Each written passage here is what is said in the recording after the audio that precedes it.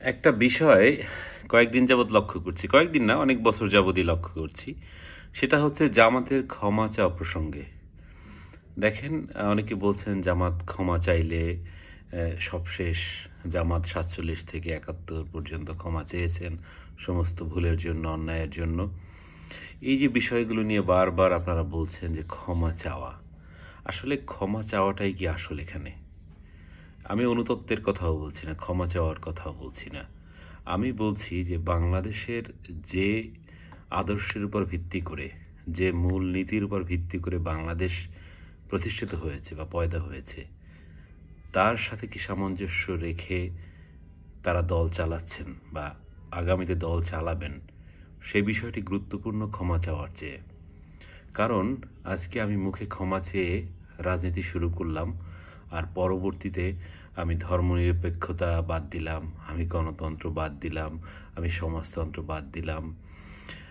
এই যে বিষয়গুলো যখন হবে, তখন জিনিসটা কেমন হবে সেটা কি ভেবে দেখেছেন? তাই আপনারা যারা ক্ষমা চাওয়া প্রসঙ্গে বলছেন, আমি তাদেরকে স্মরণ করিয়ে দিই, ক্ষমা চাওয়া এখানে খুব একটা বিষয় না।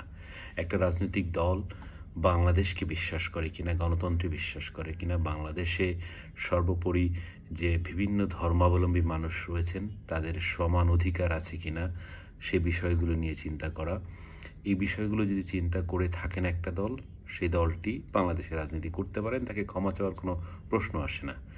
কিন্তু আমি ক্ষমা চাইলাম আর এই বিষয়গুলো গুরুত্ব দিলাম না এবং এর বিরোধিতা করলাম, বাংলাদেশকে অবিশ্বাস করলাম, আমার মনে হয় না সেই ক্ষমা চাওয়া বা না চাওয়ায় কোনো পার্থক্য তৈরি হচ্ছে।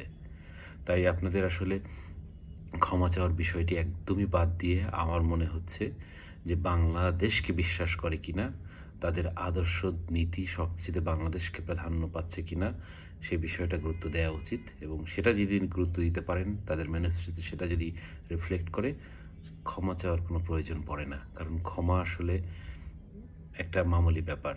এখানে ব্যাপারটা হচ্ছে দেশকে তারা ভালোবাসেন কিনা, দেশকে গ্রহণ করেন কিনা। আশা করি বুঝতে পেরেছেন।